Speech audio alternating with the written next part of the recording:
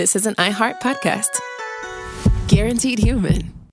With no fees or minimums on checking accounts, it's no wonder the Capital One bank guy is so passionate about banking with Capital One. If he were here, he wouldn't just tell you about no fees or minimums. He'd also talk about how most Capital One cafes are open 7 days a week to assist with your banking needs. Yep, even on weekends. It's pretty much all he talks about, in a good way. What's in your wallet? Terms apply. See CapitalOne.com/bank. Capital One, N.A., member FDIC. Tax season has arrived, and doing taxes without the right help can feel overwhelming. Intuit TurboTax is here now to guide you through it with confidence. Match with a TurboTax full-service expert who handles everything for you from start to finish. Your dedicated expert checks every single deduction and credit to help you get the best possible outcome so you can feel confident you're getting every dollar you deserve. And the best part? You'll see real-time updates on your expert's progress right on your phone while you live your life. Plus, you get unlimited expert help at no extra cost, even on nights and weekends during tax season. Visit TurboTax.com. Only available with TurboTax full-service experts. Real-time updates only on iOS mobile app. Brought to you by the reinvented 2012 Camry. It's ready. Are you? Welcome to Stuff You Should Know from HowStuffWorks.com.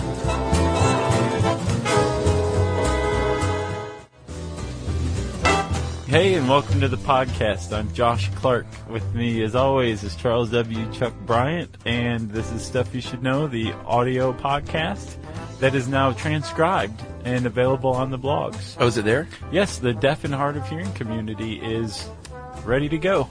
Yes, Josh, and that is exciting. Expand the group of people that can get on the train, you know what I'm saying? I think so. I hope so. Yes. You're talking about getting to experience the podcast. Yeah, on the bandwagon. Yeah, then yes, I know what you're talking about. Chuck. Josh. You ready to do this? Yeah. Have you ever... My arms are up. Have you ever been on a roller coaster? I am a roller coaster guy. Yeah. I wouldn't call myself one of those guys, you know, who make special trips to states just to ride the coaster, but I've always been a fan. There are plenty of people who do that. Oh, yeah. And not just the States, like Japan is big with roller coasters as well. Dubai. And do they have huge roller coasters? I could totally see that. Yeah, one of them is on the list. I didn't get the list. I'll share it with you. Well, I can't wait to hear it with the other few 100,000 people at the same time who are listening to this. Chuck, I am not a roller coaster guy, despite being from originally Ohio, which is the home of arguably the greatest amusement park in the world, Cedar Point. Yeah, Sandusky. Yeah. Right there on the water. It's nice. It is very nice. Mm-hmm. On the other side, you have the Breakers Hotel, Catawba Island, where my family vacationed for many years when I was a kid. Mm-hmm. And we would go to Cedar Point pretty frequently, but from a very young age, I was terrified of roller coasters because, let me paint you a picture. Okay. When I was, I think, 3, my dad said, Josh, here we are at Disney World. Why don't you let me take you on this great ride called Space Mountain? Yeah, which now is very tame when you look at it. It's not tame to me. Yeah, I've since been on it, and it's still not tame.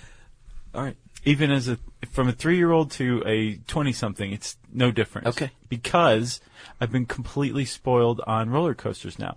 I was a very young kid. My dad was taking me on Space Mountain. I had no idea what to expect, and I'm damaged goods now. Really? Did that just put a dent in it for you?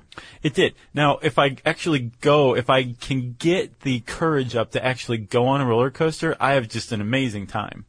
Yeah, right? Sure. But it's the standing in line and going up the first hill that I can't do it. Yeah. I can't do it, Chuck. Yeah, I had a similar experience in that I would not ride roller coasters, but I really enjoyed the park, Six Flags, obviously, here in Georgia.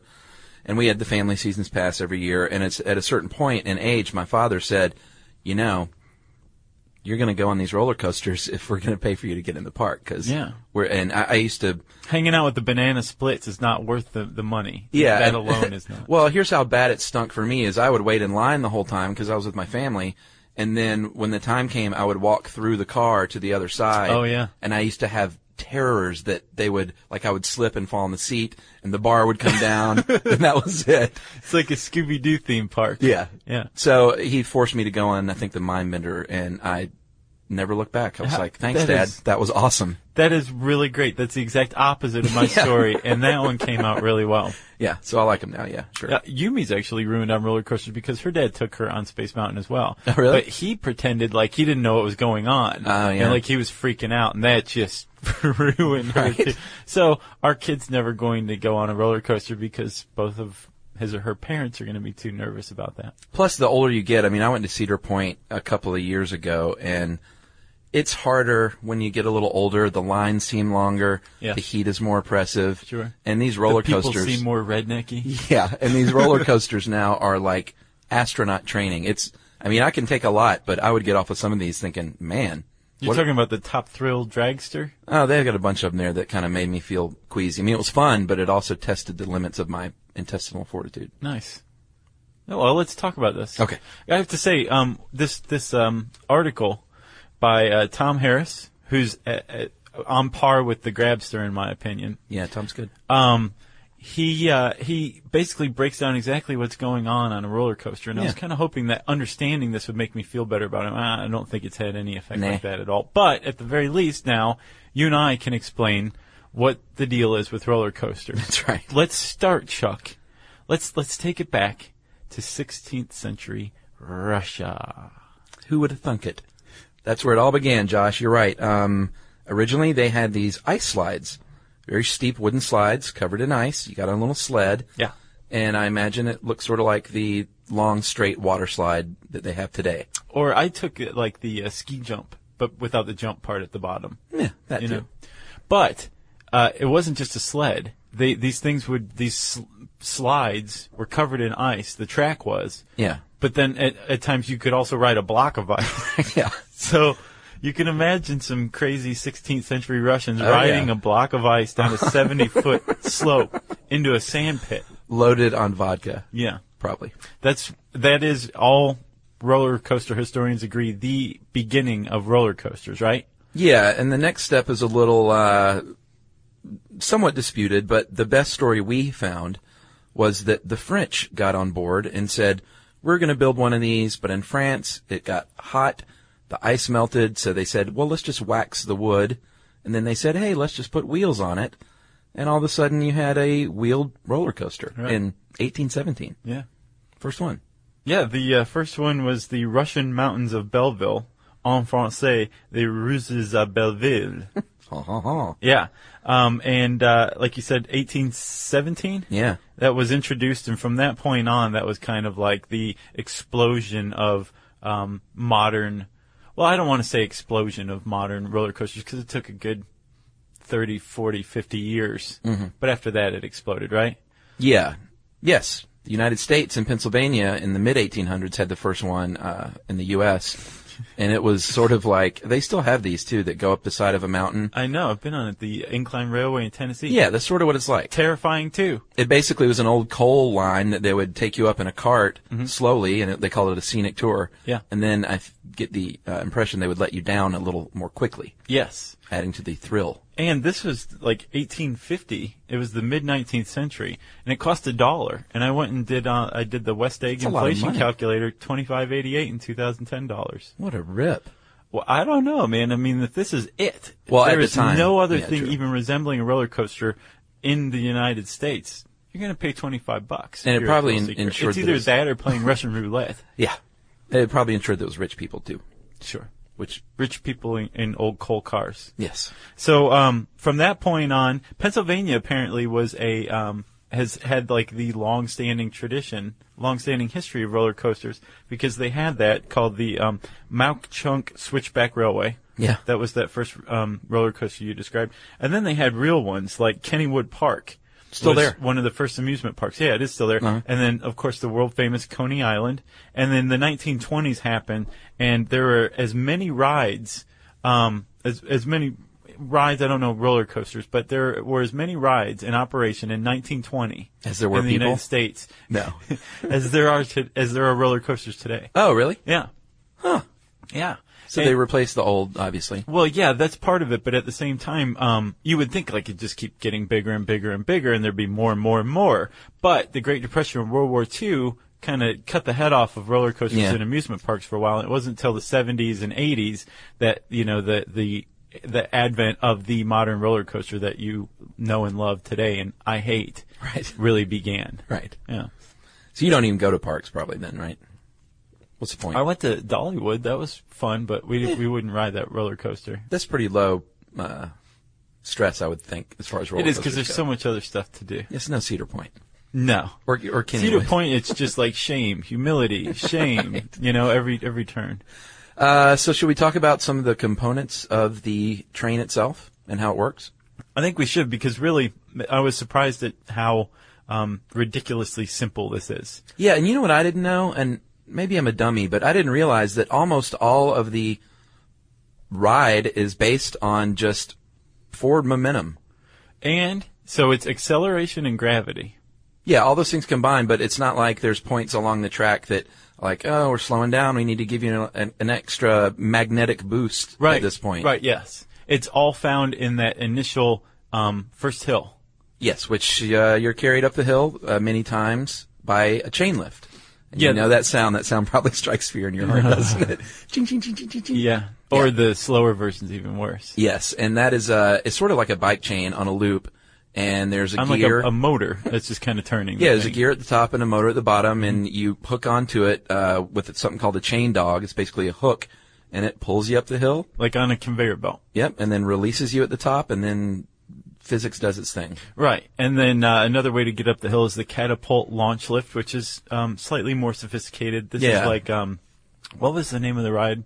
King Ka. Yeah, that I had an idea. Oh, actually, that might be magnetic. Yeah, well, there's basically two ways to do it. The linear induction motor produces magnets, right? And they are attracted to one another, and the motor is attached to the train cars. Yeah. And the motor's moving along the track because of these two magnetic fields that are attracted to one another, and it's pulling the train with it. Yeah. And that can generate really high, precise speeds all of a sudden, which I prefer. Being shot out of a cannon on that King Ka. Exactly. Yeah. And then another way to do it is to have two sets of wheels that are spinning really quickly that kind of grip the train cars and then shoot you up there too. Yeah. Both massive acceleration initially. I don't know what the number is, but 0 to 60 in the blink of an eye. That's what I'll say. I think is it the top speed or the top thrill dragster? I think it's top thrill dragster. Okay, so that one goes like to 120 miles an hour in like a second or two. Yeah, it's a top speed of 120, and you must get that right out of the gate. Right. And then lastly, the really big component that operates roller coasters are the brakes. Yeah, and they're not so different than any kind of disc brake in theory. Basically, it clamps down on these metal fins, and the pads slow it down. When the little 16-year-old pimply-faced kid pushes the button. Actually, it's all computers, but yeah, don't scare people. I like to think that your life is in that boy's hands. Right, that one teenager from The Simpsons. Yeah, I forgot to push the button. Yeah. So those are the components those are the moving parts, right? Yeah. But then you also have the track itself, which is basically broken down into two categories. Yeah. You have steel coasters and you have wooden coasters, right? Woodies, I think, as they are affectionately known by enthusiasts. By sickos. Actually, I don't know. I think they're called Woodies. I might have just made that up. So obviously the Woodies are those big old school ones you still see. I don't even think they make wooden ones at all anymore, do they? I don't know, because the tallest one is the Son of the Beast at King's Island. Yeah. Or King's Dominion. And that one is old. That's like 80s. Yeah. And I would imagine they keep topping them if they were going to keep building them. Well, so the deal, obviously, you don't have to be a rocket scientist to figure this out. There's not nearly as much flex in a stiff wood planks. So they don't do tons of twisting and turning. It's really just about up and down, up and down. Plus, height is a big factor as well. Yeah, I think you can't go up so high. That the Son of the Beast is about half as tall as the highest steel coaster. Yeah. Right? And I would imagine expense is kind of a big deal. Maintenance is huge because these are basically like railroad ties, every few feet, and they're interlocking and supporting each hill and twist and turn. Yeah.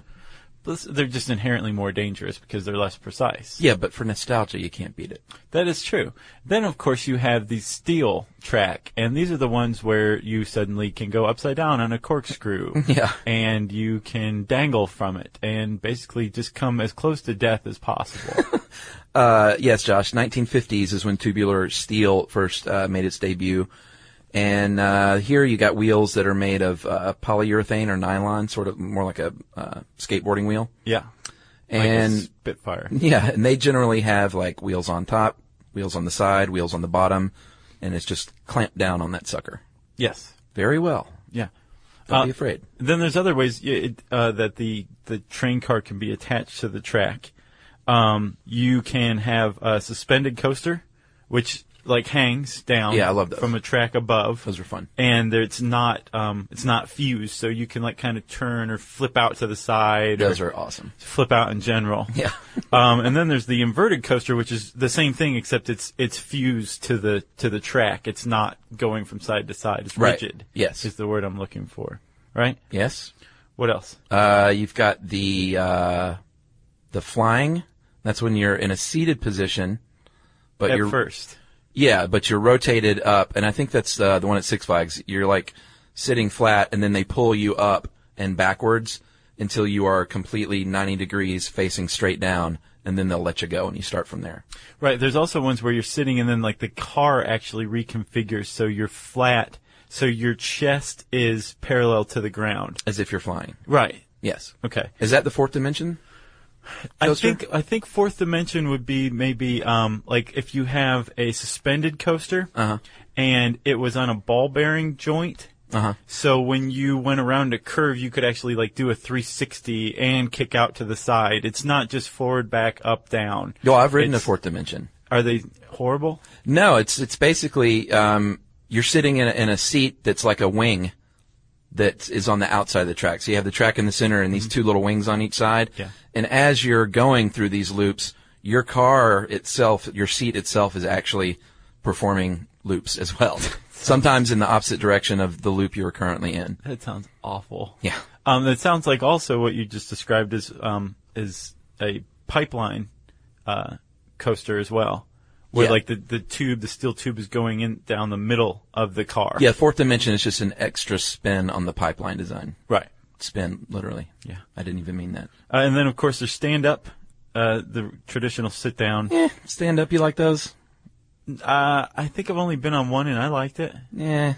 It was the Loch Ness, I think, at Kings Island. Yeah. Yeah. I don't know. Didn't do much for you? Well, it just didn't add much of a... You're like, I have to stand up all day. I go on a roller coaster so I can sit for a while. For my money, the ones where you hang down in the seat, like if you sit on the outside front row of those, it's just like, it feels like you're flying. Yeah. A lot of fun. Yeah. I've not been on one of those. Probably never will. And then, of course, there's bobsled. Wheeled trains on a U-shaped track, probably the most dangerous and old-timey of all. I would think it's so. Basically like the retro Russian sled thing, except without the block of ice. That's right. Okay, so there you go. Those are the roller coasters. Those are all the parts, moving and otherwise. It's physics time. Now it is physics time. So, Chuck, basically a roller coaster ride is an interplay of two forces. You have gravity, the downward pull of gravity, Yeah. and the force of acceleration. Yeah, acceleration to me is where it all happens. Okay. I mean, they're all actually working together along with the visual cues, which we'll get to, is really what makes it happen. But the acceleration to me is where you get your rush. Okay. Support for the show comes from Public, the investing platform for those who take it seriously. On Public, you can build a multi-asset portfolio of stocks, bonds, options, crypto, and now generated assets, which allow you to turn any idea into an investable index with AI. It all starts with your prompt. From renewable energy companies with high free cash flow to semiconductor suppliers growing revenue over 20% year over year, you can literally type any prompt and put the AI to work. It screens thousands of stocks, builds a one-of-a-kind index, and lets you backtest it against the S&P 500. Then, you can invest in a few clicks.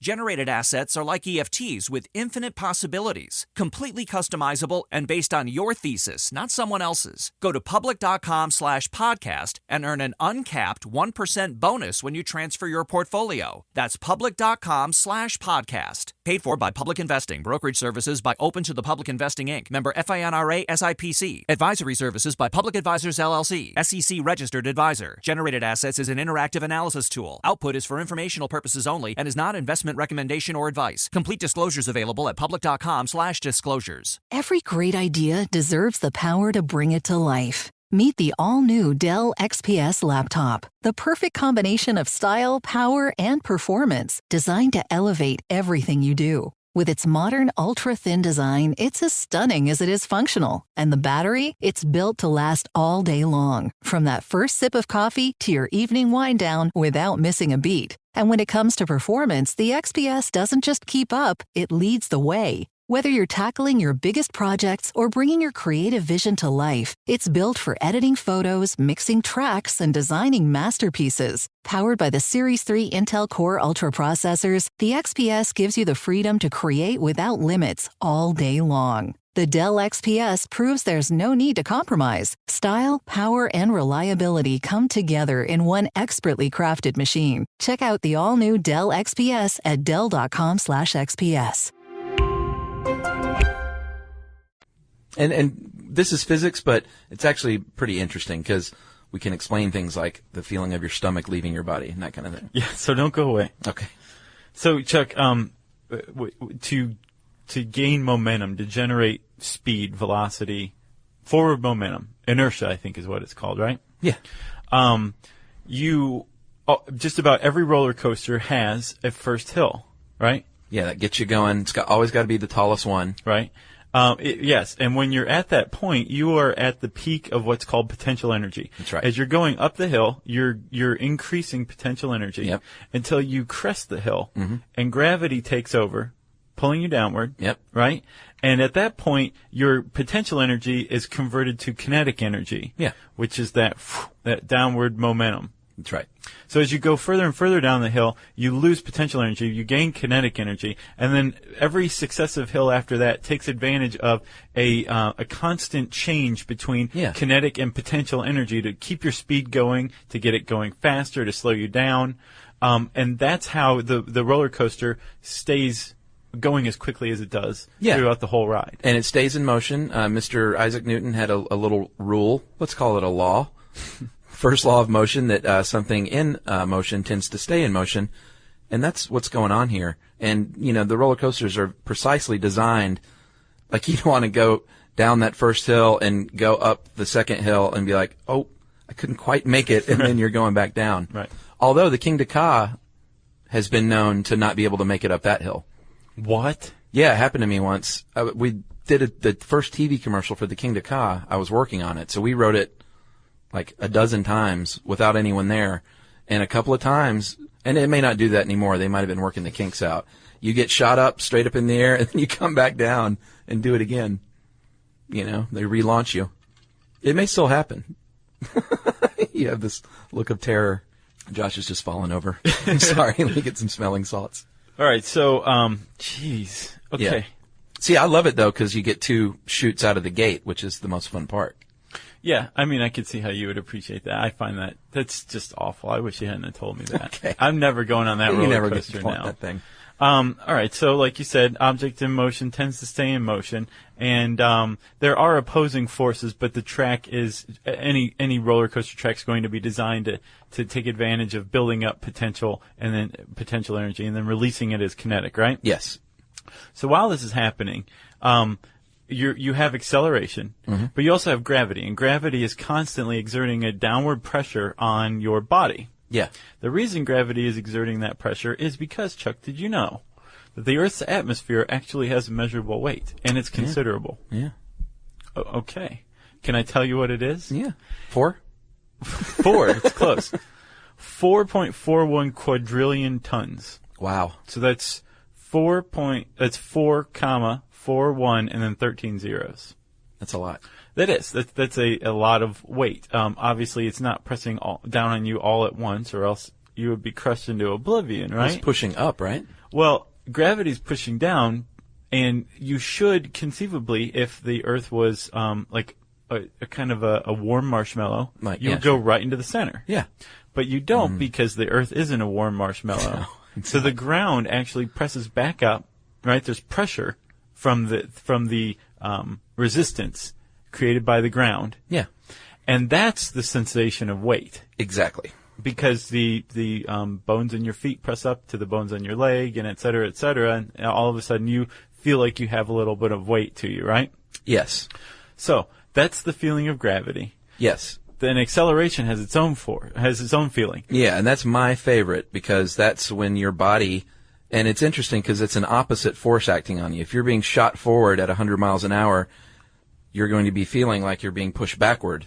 Right, and with both gravity and with acceleration, you feel the opposite. Like you're being pressed down by gravity, but you feel the resistance from the earth. Yes, because your inertia is different than your little train car that you're in. And, well, that's the same. Yes, it's the same with acceleration and gravity. You feel the opposite feeling. So like you said, when you're being shot forward, it feels like you're being pressed back in your seat. Yeah. That's actually your seat pressing on your back, which that's the fact of this roller coaster podcast. Yeah.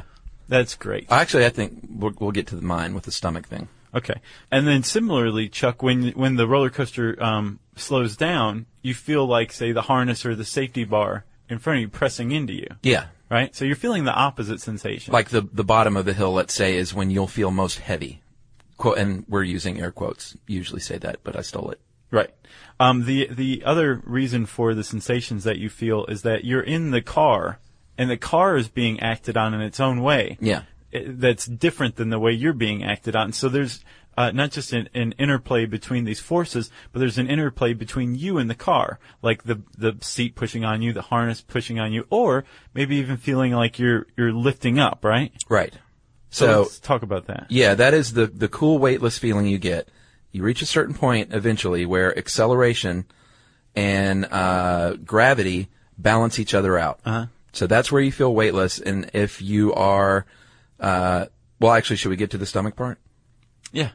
What's going on inside your body is you're not a solid chunk of wood. Most of us aren't. Most of us are comprised of different organs all placed in this gushy body inside. So these things are going to react differently. Your different organs are going to react different apart from one another. So if you have that weightless feeling, that is actually your stomach having less force exerted on it in a downward motion, so you feel like your stomach is going up because it kind of is. Yeah, and that's when you're coming down a hill, and the force of acceleration and the force of gravity are equal. That's airtime, baby. Well, airtime is when acceleration exceeds gravity, and you feel like you don't just feel like you're being pulled upward. If you let go, you will lift up in your seat. Right. Because, again, the forces are acting differently on the car than they are on you. Yes. And it's just like a cartoon where, like, your head stays here and your neck just elongates. Yeah. It's virtually the same thing. It's based on that principle that our bodies aren't solid, like you said. Right, and that'll happen, obviously, in a free-fall ride, or when you crest the top of a large hill, you'll feel like you're coming out of your seat, because you are. Right, so that's airtime. When you are actually out of your seat, right? Yes, that is the free fall. That's the money moment. That's when you place the penny on your knee and you watch it float. Yeah. It's kind of dangerous, probably. Well, it depends. We shouldn't recommend that. Let's not. Okay. And then, Chuck, so you've got the interplay between you and the car. Yeah. All these two forces acting on you, gravity and acceleration. And then also, like you said, there's visual cues. Like the way that a roller coaster is designed is so that things are whooshing past you. Right. Like you're taken into a concrete bunker all of a sudden. And you feel like you're about to smack your head on it. And right. So you have not just the physical feelings, but you have empirical sensations of just going really fast in a very dangerous way. Yeah. A very dangerous place. Yeah, see, my fact of the show, actually, it's not the stomach, but the fact that you, as a person, your body cannot feel velocity. And it sounds weird to say that, but if you think about it, if you're on the bullet train, and you're standing on the bullet train, you're not going, whoa, being pushed back toward the back of the train. Yeah. The only thing your body can feel is a change in velocity, which is acceleration. Yes. And they use that constantly on a roller coaster. Yeah, that's what they're doing. They're taking advantage of the visual cues and gravity and acceleration and kinetic and potential energy, and they're giving you the ride of your life. Nice, Chuck. So if you don't close your eyes on a roller coaster because you're missing out on a very important aspect of it, is what I say. Yeah. Or close your eyes. Pee your pants. I have a picture, I used to, I don't know where it is now, of me on the Millennium coaster at Cedar Point. And like, it was like one of the official like pictures they take of you after the scariest hill. Uh-huh. And like my eyes are wide open, but my body is clearly vacant. Like I've left my body for that moment. Did you evacuate your bowels? No. Sure, I evacuated my body, but not my bowels. Okay, that's good. I wouldn't now admit to that anyway. I want to get a Cedar Point with you so bad now. Maybe someday. Okay. I mean, you've got in-laws up there. Yeah. Yeah. So, is this safe? I mean, I know that you have a heights thing, so that's probably where a lot of that comes from. But is it safe? Are you in danger? It depends. Well, no, really. Last week, there was a 3-year-old that died at a place called Go Bananas in Chicago. Really? And, it looks like there was basically a 3-year-old shouldn't have been on this ride. Yeah. But it doesn't look like there was any kind of roller coaster error. The kid crawled out from underneath the safety bar, fell like 3 or 4 feet, which wasn't bad, but fell onto the track and was hit by another car. Ugh. So it does happen, but this is so infrequent. And that was such a freak occurrence that to answer your question the way you wanted to hear it, yes, it's safe. Well, we have some stats here from the article, Josh. In 2006, it was a little old, 335 million people visited theme parks, and 6,500 of them sought medical attention that year. But as Tom Harris points out, these are people who visited theme parks. So for the whole theme park, not just the roller coasters. They could have slipped on the way into the bathroom. They could have gotten in a fist fight with Captain America or something. That's right. So that's total injuries, or total people seeking medical attention. Only 130 of those required overnight hospitalization. And so that means your risk of serious injury just by entering a park is 1 in 25 million. And your chance of a fatal injury is 1 in 1.5 billion, and your chances of a fatal injury in a car crash are 15 in 10,000. And they always use car crash. So go feel safe in your car now, I guess. Clearly the most dangerous thing you can do is get in a car. Yeah. Support for the show comes from Public, the investing platform for those who take it seriously. On Public, you can build a multi-asset portfolio of stocks, bonds, options, crypto, and now generated assets, which allow you to turn any idea into an investable index with AI. It all starts with your prompt. From renewable energy companies with high free cash flow to semiconductor suppliers growing revenue over 20% year over year, you can literally type any prompt and put the AI to work. It screens thousands of stocks, builds a one-of-a-kind index, and lets you backtest it against the S&P 500. Then, you can invest in a few clicks. Generated assets are like EFTs with infinite possibilities, completely customizable and based on your thesis, not someone else's. Go to public.com/podcast and earn an uncapped 1% bonus when you transfer your portfolio. That's public.com/podcast. Paid for by Public Investing. Brokerage services by Open to the Public Investing, Inc. Member FINRA SIPC. Advisory services by Public Advisors LLC. SEC registered advisor. Generated assets is an interactive analysis tool. Output is for informational purposes only and is not investment recommendation or advice. Complete disclosures available at public.com/disclosures. Every great idea deserves the power to bring it to life. Meet the all-new Dell XPS laptop, the perfect combination of style, power, and performance, designed to elevate everything you do. With its modern, ultra-thin design, it's as stunning as it is functional. And the battery? It's built to last all day long, from that first sip of coffee to your evening wind down without missing a beat. And when it comes to performance, the XPS doesn't just keep up, it leads the way. Whether you're tackling your biggest projects or bringing your creative vision to life, it's built for editing photos, mixing tracks, and designing masterpieces. Powered by the Series 3 Intel Core Ultra processors, the XPS gives you the freedom to create without limits all day long. The Dell XPS proves there's no need to compromise. Style, power, and reliability come together in one expertly crafted machine. Check out the all-new Dell XPS at dell.com/XPS. Okay. I wonder, though, how much of that obviously has to do with the fact that we don't ride around in roller coasters that frequently. Oh, yeah. We ride around in our cars pretty frequently. So I wonder if you took the time, spent and made it comparable, what the how much that margin would narrow. Yeah, that's a good point. Yeah. Well, in 2003, the Brain Injury Institute of America studied brain fatalities, and they found that these people had something going on beforehand, so it's not the ride. People who suffered death from head injuries or brain injuries or from people, a roller coaster. Yeah, they had undetected brain conditions already in place. So our advice is, those little warnings that you see, like if you have a bad back or you're pregnant or you're high blood pressure, those aren't just there willy-nilly. You should take heed and don't go on the ride if you fit any of those descriptors. I feel so bad for that family in Chicago. I do too. That's awful. I have some world records. Should we go over those? That was a rough transition, It was. Yeah, let's do it, Chuck. Casey Kasem. Tallest is the King of Ka at New Jersey. 456 feet total with a drop of 428 feet, 90-degree angle. Yeah. I saw it. Oh, yeah. And if you are a roller coaster person or you are thrilled by roller coasters or terrified by them, you can go onto YouTube and type in a roller coaster name or just roller coaster. Yeah. And people love to make little videos from like the first car of like the roller coaster ride. And it's pretty much a POV experience. Very shaky one. Yeah. The fastest is in Dubai. That is at Ferrari World. Nice. And the ride is the Formula Rossa, and that goes 149 miles an hour, which is really fast if you're not used to going that fast. Which I'm not. There are 12 coasters worldwide, Josh, with a descent angle equal to or greater than 90 degrees. I think the Millennium Coaster has one. They go up to 97 degrees. You're actually... Like you're inverted. You're angled back the other way. And the Millennium has a safety bar, and that's it. Oh, is that it? Yeah. So you really feel like you're about to just flip right out of the car. It's terrifying.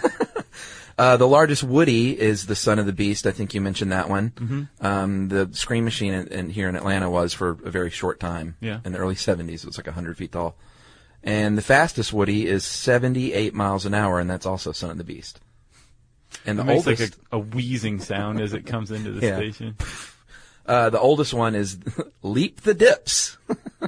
What? It's called Leap the Dips. That sounds like an old-timey roller coaster. Oh, yeah. Step right up and leap the dips. Yeah. No, it is at Lakemont Park in Altoona, Pennsylvania, and it was built in 1902, and it's still running. That's another one in Pennsylvania. Yeah. Pennsylvania is the heart and soul of this country's historic roller coasters.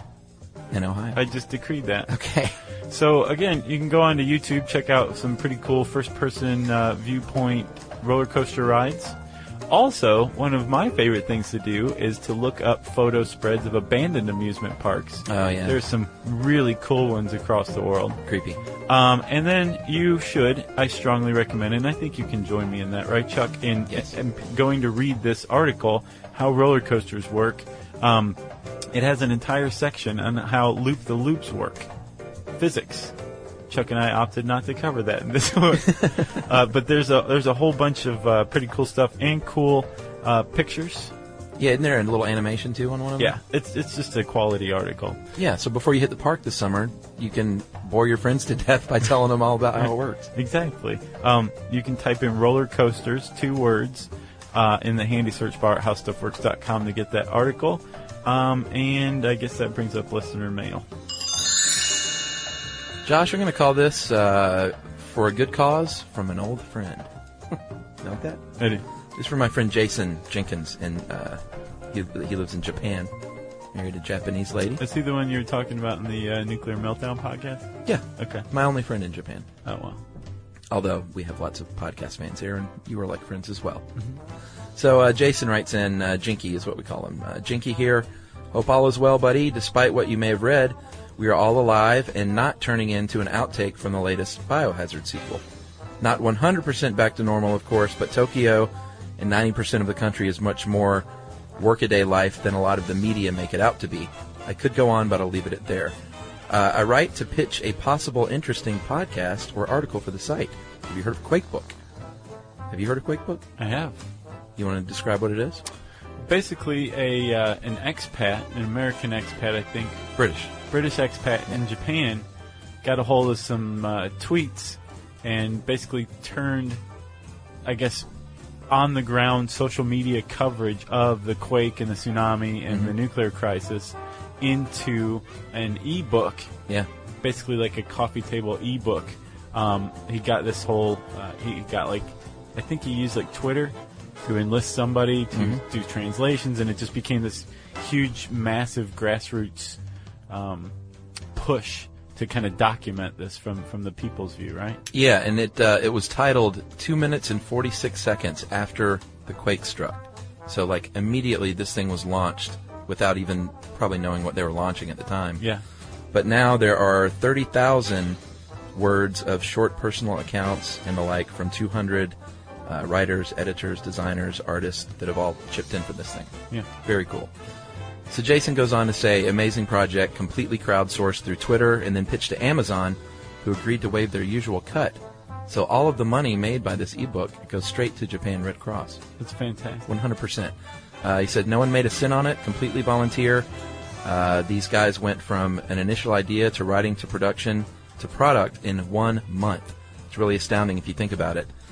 Several famous, semi-famous peeps contributed. William Gibson, Yoko Ono, Barry Eisler, Jake Adelstein, etc. I'm not directly involved with it, but a lot of my friends are, either in writing their stories or helping to put the book together, editing, layout, PR, etc. We are all trying to get QuakeBook as much attention as possible, and that is from my buddy Jason Jenkins, and I'm going to blog about it. Yeah. And send it out on Facebook, and if you want to support Japan Red Cross, which you should, then go out and buy QuakeBook, because you know it's 100% of the profits are going there. Where do they get it, Chuck? Amazon? Yeah, I mean, I'd say that's a good place. Or just search QuakeBook. Yep. On your favorite search engine. And there's QuakeBook Twitter feeds and Facebook and all that stuff, and it's a great way to support the cause over there. Very cool. Good for you, Chuck. Good for Jenky. Yeah. Yeah. You'll have to meet Jinky one day. I'm sure I will. Maybe one of your trips to Japan? I'm sure I will. We'll run into each other. Maybe so. Tokyo's a small town. Yeah, I'll get into Tokyo and just be like, Janky! You never know. Janky! That's it. All right.